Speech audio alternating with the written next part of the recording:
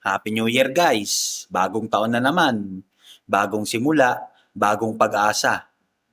Pero kamusta nga ba yung naging buhay natin ngayong taong 2025? Marami sa atin may hindi magandang karanasan ngayong 2025.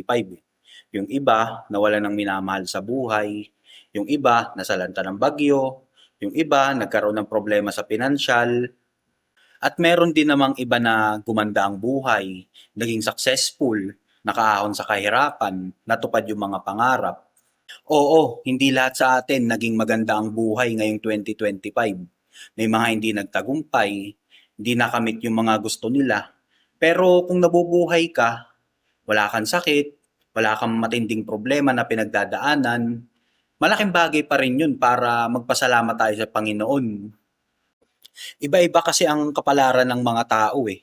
Hindi natin alam kung ano mangyayari sa atin sa hinaharap, no?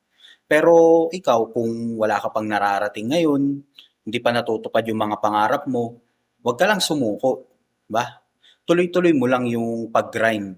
Tuloy-tuloy mo lang yung pag-abot sa pangarap mo. At balang araw, ibibigay din yan ng Panginoon. Sana, itong bagong taon na parating, magsilbing panibagong pag-asa para sa atin.